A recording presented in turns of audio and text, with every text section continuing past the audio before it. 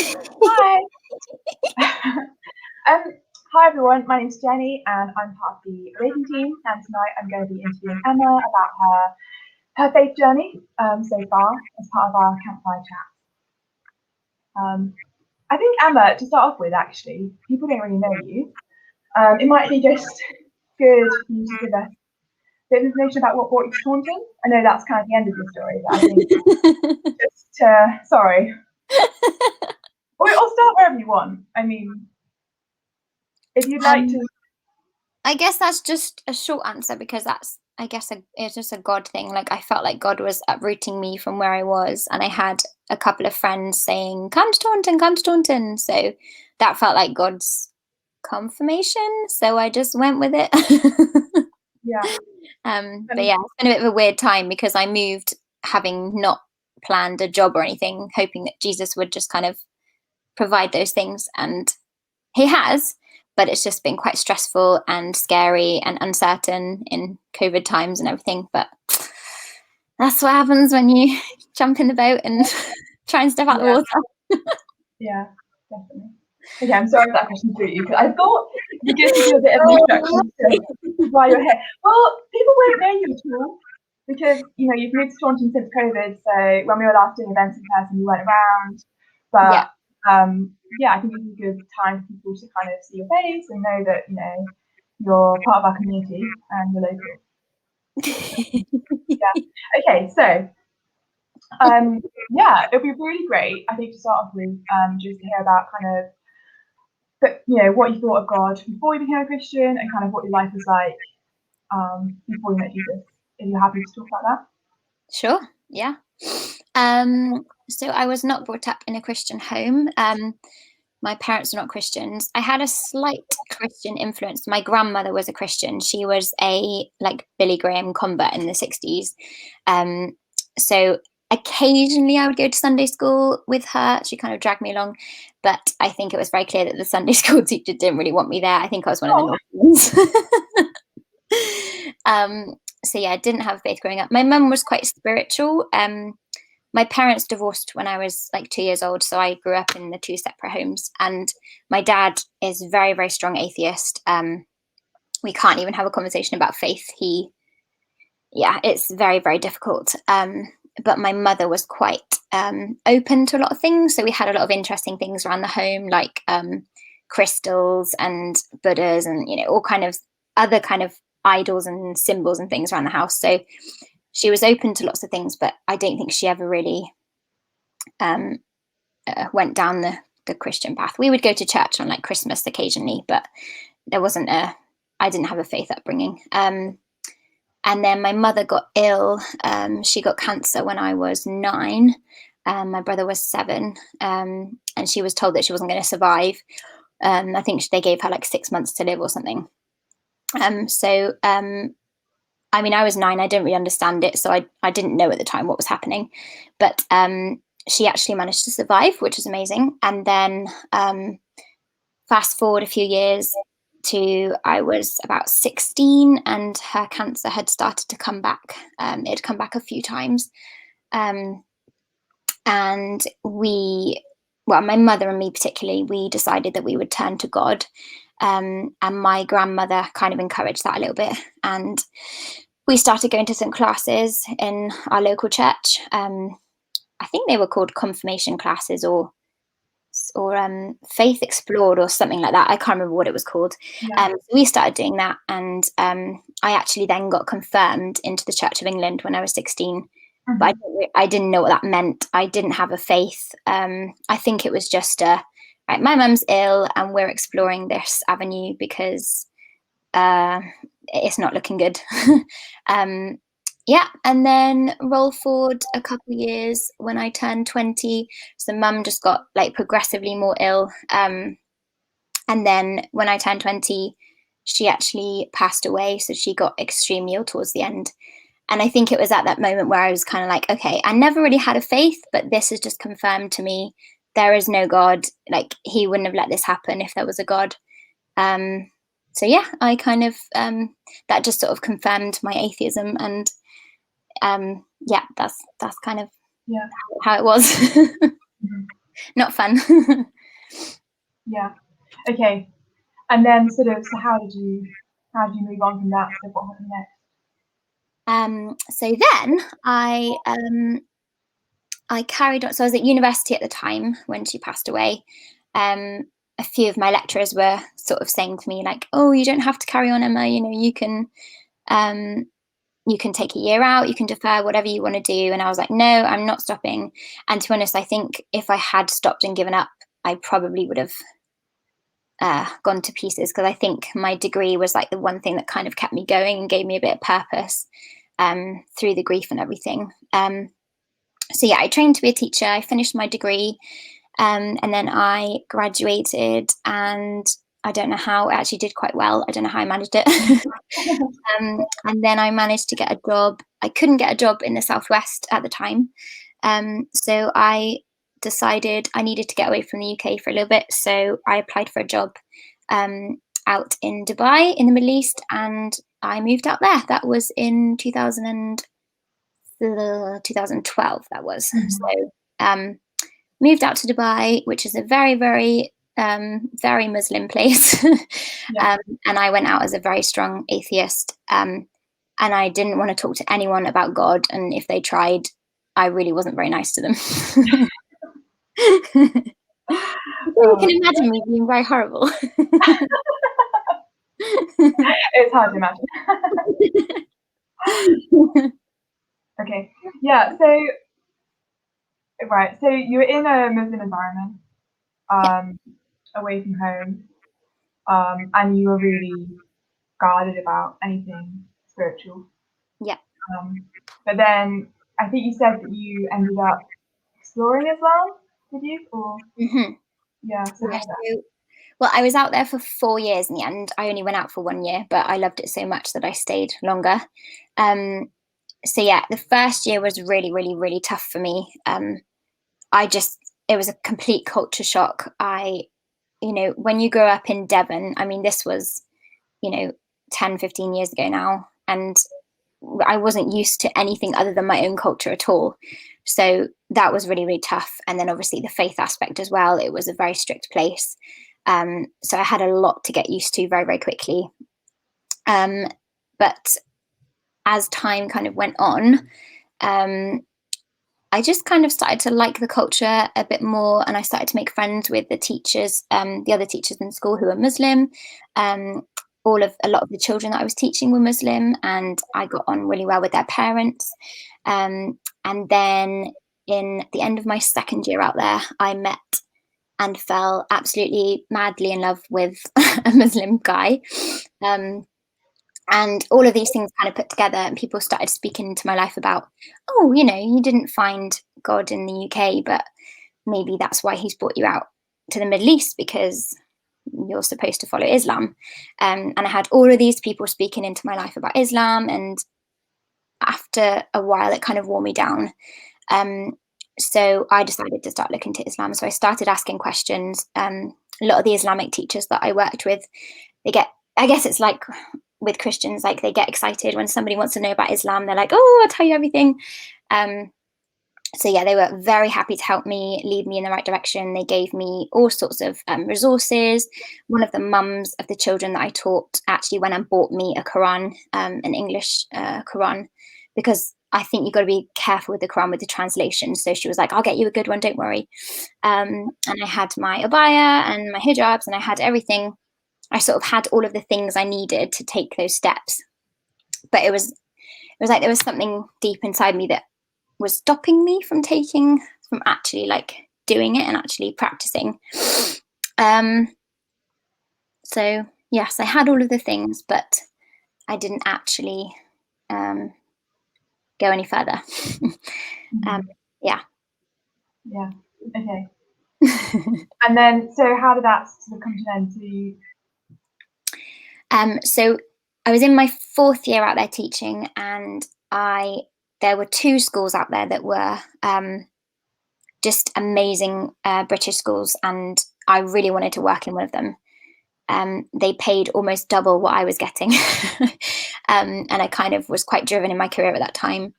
And I unfortunately couldn't apply because they didn't take teachers who didn't have UK experience, and I didn't have any UK experience.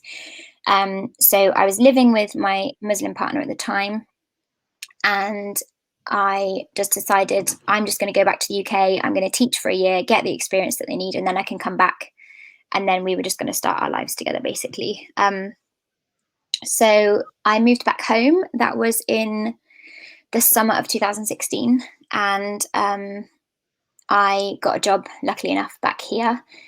And I left my partner out in Dubai because he was still working out there. And I left a lot of my stuff out there as well because I was intending to move back. But little did I know, God had other plans.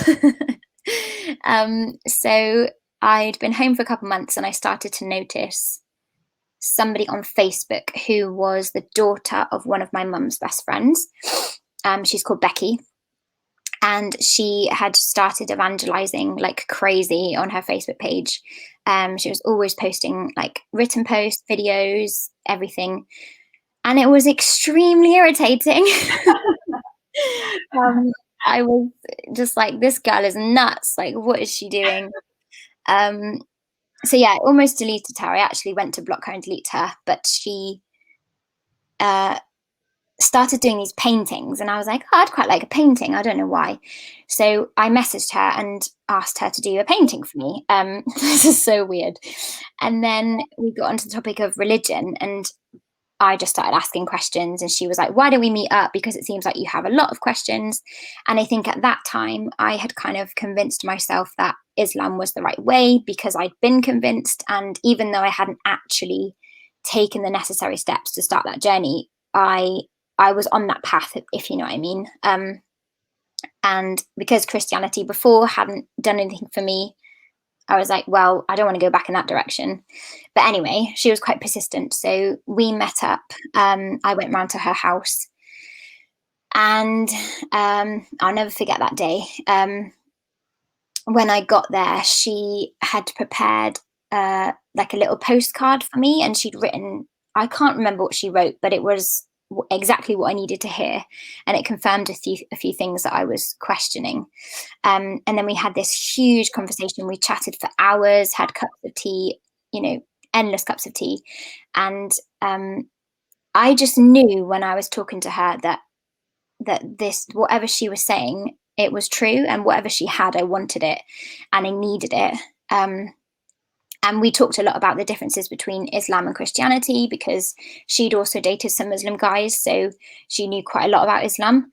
So I found that really helpful because I was like, well, I've got people saying to me that Islam's the answer, and now you're telling me that Christianity is the answer again. But yeah, so she answered a lot of my questions, and then we met up a few times, and she answered more of my questions. And then eventually she led me in a prayer of salvation. That was on the 27th of December in 2016. I'll never forget that day either.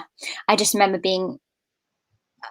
experiencing something I've never experienced before. Like my whole body was covered with goosebumps, and I just remember feeling like God had picked me up from this path and put me down on this path, and I knew exactly where I was, who I was, like this was where I needed to be. And yeah, I literally did like a 180 flip. It was amazing.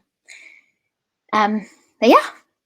Wow, it's amazing. Yeah, that's so awesome. I haven't heard that story, and yeah, I'm really pleased you shared it. Wow. Yeah, I'm kind of like a bit gobsmacked. Sorry? I'm getting very hot by the campfire. It's the campfire, isn't it? I've got my marshmallows, but I got a bit hungry after I bought them, so I ate most of them in the car. Oh, no. Okay.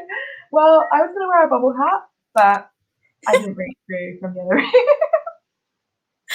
Oh, please put your bubble hat on. I don't have it. It's in the other room. I can't. All I've got is curry, which doesn't really go with cold curry because I was going to eat curry earlier. Anyway, sorry, no one needs to know what curry. So yeah, thanks for sharing that. That's really, really insightful.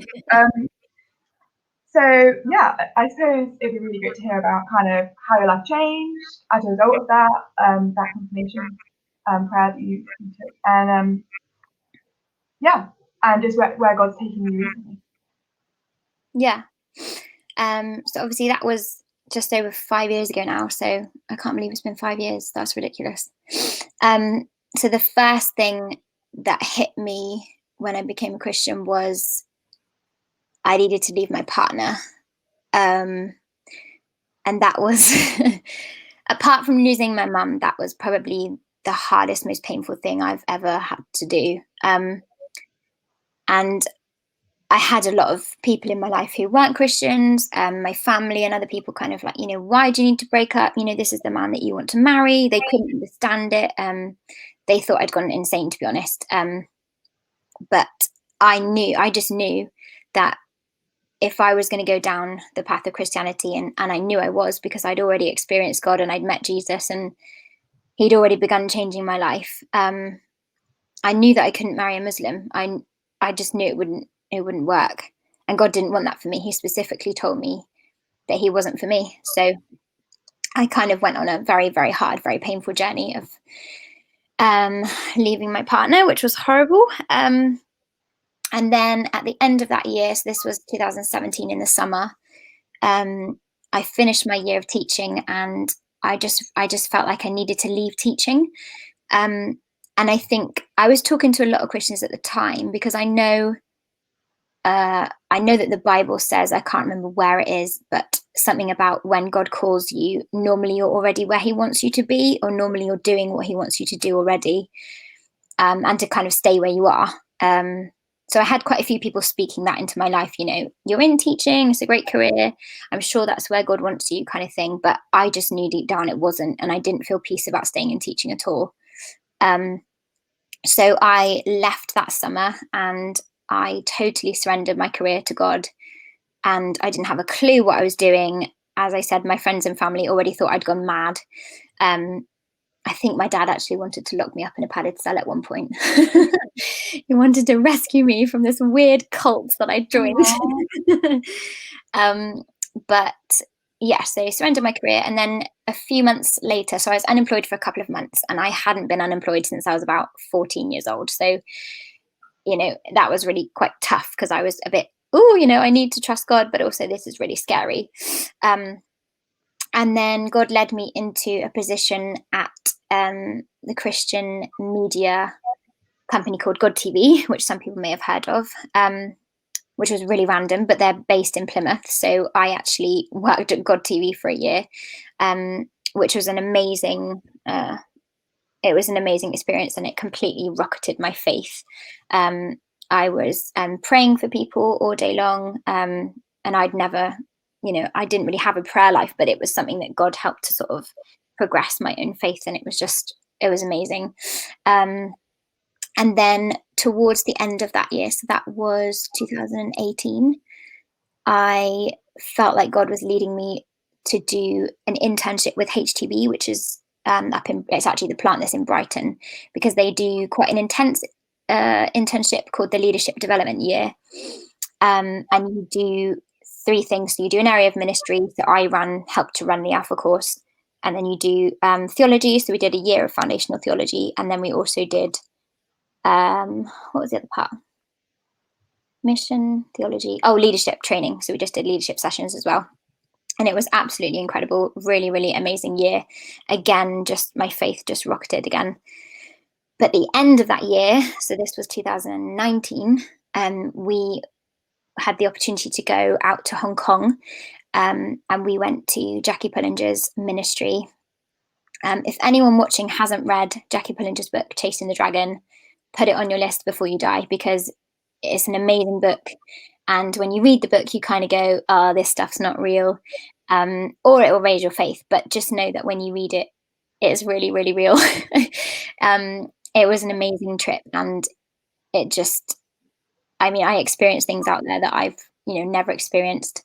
I spoke in tongues like I've never spoken tongues before. I saw people healed right in front of my eyes, which I'd never seen before. I could talk for hours on that, but yeah, it was absolutely amazing. But yeah, actually, what was the other thing I was going to say? I think that was it. But anyway, so I finished my time out there, and I actually wanted to stay.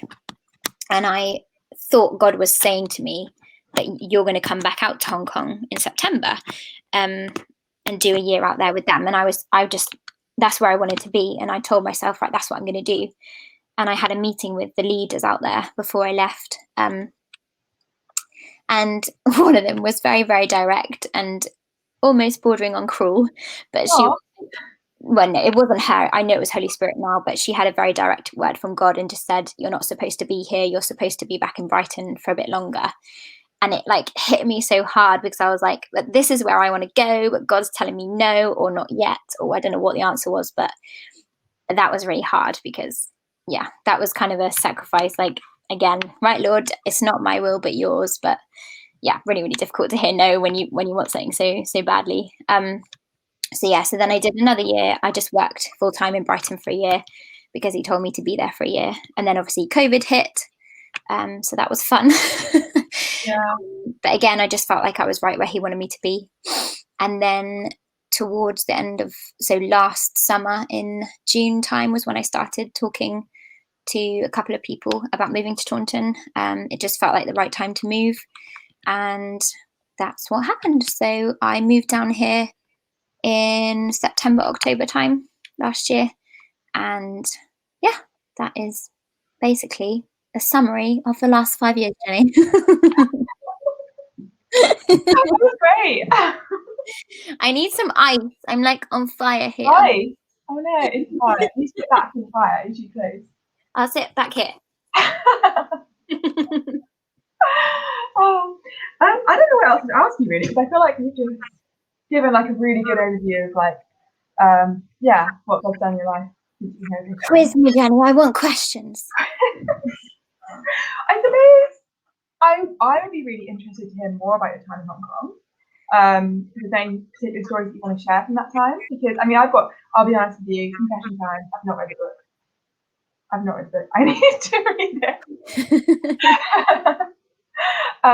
So I've got no idea really. Okay. All right, I'll do a very quick summary. So Jackie put into that, I think it was in the 60s. I might have got that decade wrong. Oh my gosh, I should reread the book. So she was very, very young. She loved God, had an amazing relationship with God, and she just felt like God calling her to go overseas. She didn't know where she was going. She had a lot of confirmation about it though. So she got on, what are the big boats called? I don't know. Ferry? Oh, a ferry. Yeah, she got a ferry. Do you go on a ferry across the oceans? Yeah. Or is it a cruise ship? I don't think it's like crucial. Okay, so she went on a big boat. Yeah. And she literally waited on that boat until God told her to get off, which happened to be in Hong Kong. Anyway, she built this incredible ministry based around kind of helping people in an area called the Walled City, which is no longer there. It's now a beautiful park instead, but it was the most horrendous place probably on earth at the time, filled with drug dens, brothels, like everything that you would put in the list of sins. It was in that place. I'm sure there's a better way of explaining it, but yeah, so she's built this amazing ministry over the last 50 years, I think it's been, of sort of bringing in drug addicts, sex addicts, whatever they are, into this place. They use no medication, and they are basically healed by God through prayer, through worship, Bible study, and it's absolutely incredible. So while we were there, new people come in, and they're called new girls or new boys. Whatever they're struggling with, whatever their addiction is, they spend the first 10 days with somebody with them at all times. So 24/7, they have someone with them, praying over them the whole time. When they're asleep, people are speaking in tongues over them the whole time. Literally, it's constant prayer for the first 10 days, because the first 10 days for an addict are the hardest.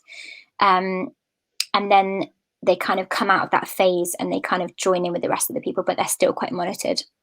But just being there and seeing this happen, seeing these men or women come in off the streets completely, just a complete mess, and just being healed in a couple of days. I remember there was this one guy who had been in the centre before we got there, but he managed to escape, because in fact, I don't think it's escape. I think they're allowed, or they're given opportunity to leave if they want to. It's not a prison.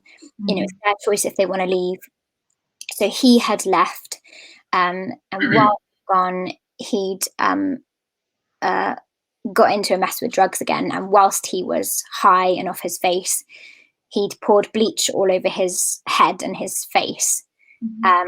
And so he'd completely ruined a huge amount of his skin and his scalp. So he came back in while we were out there, and he just looked horrendous. It was quite hard to look at him, actually.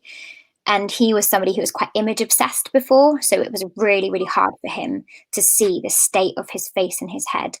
But yeah, so the whole time that we were there, which was only about 12 days in total, he, oh my gosh, just like totally transformed. He totally came back to God, dropped down to his knees in worship, crying out to God every day. His skin was almost completely healed by the time we left. It was absolutely incredible. He was just absolutely amazing. We just got to hang out with the guys and just sort of encourage them and pray with them, worship with them in Cantonese, which was really hard. But, we did our best. But yeah, it's amazing. Like, what she's built out there is absolutely incredible, and highly recommend to anyone who wants to go and do some kind of help in another country or pilgrimage or anything. Go there, because I wanted to go back, but I'm waiting for the Lord. Yeah. So yeah, it's absolutely incredible. And they do lots of outreaches. Like, obviously they still do outreach. I think it's once or twice a week. They go to the drug dens and they pray for people. There's people just lying down in the streets injecting themselves, and they pray over them and try to encourage them to sort of get help, or come to the center or whatever. Oh, it's hardcore, but it's amazing to see what they're doing. So yeah. Wow, that's awesome. Yeah, it's great. It's awesome. I think we're running out of time, Jenny. We need to be quick. I was going to say, is there anything else you want to talk about? Any sort of like key things you want to bring up, before we end this? But I feel like you have covered a lot of it. And yeah, there's a lot in there that you shared. So yeah. Nothing else.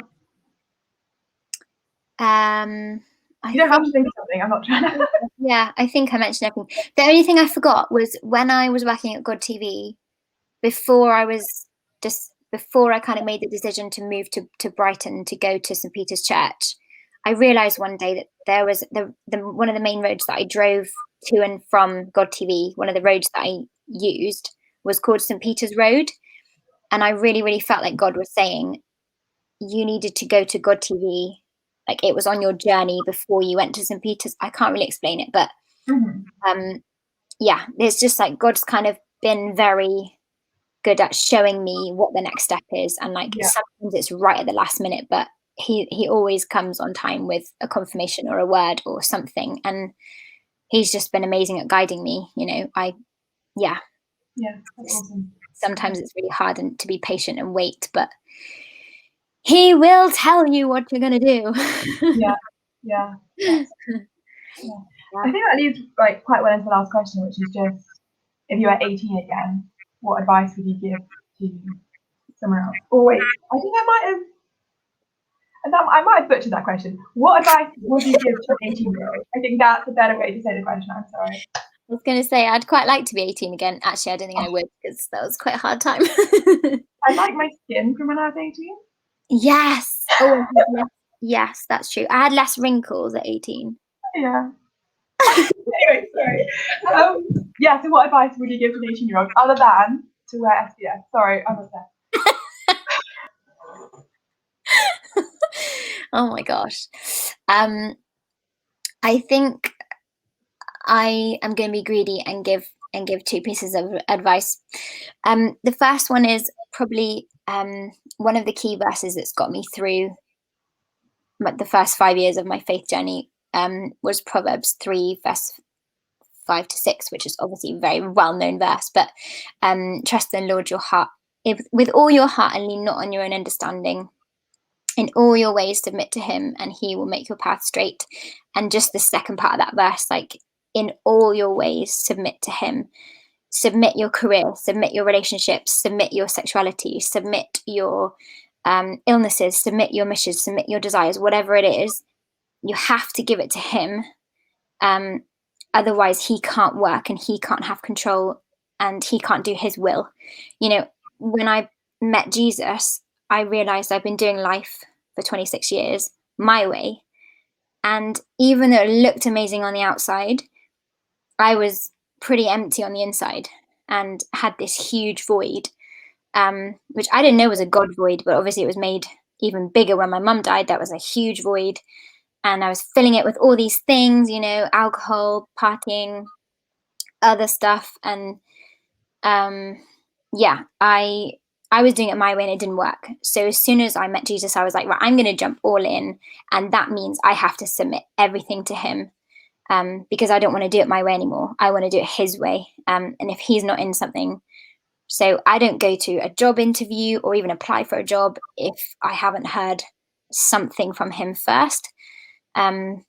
Sometimes, yes, there's doors we need to push on a little bit first to see if he is in it.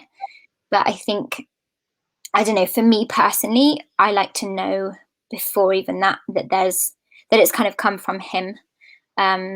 You know, with the relationships, I had to submit that to him. God told me to leave my partner.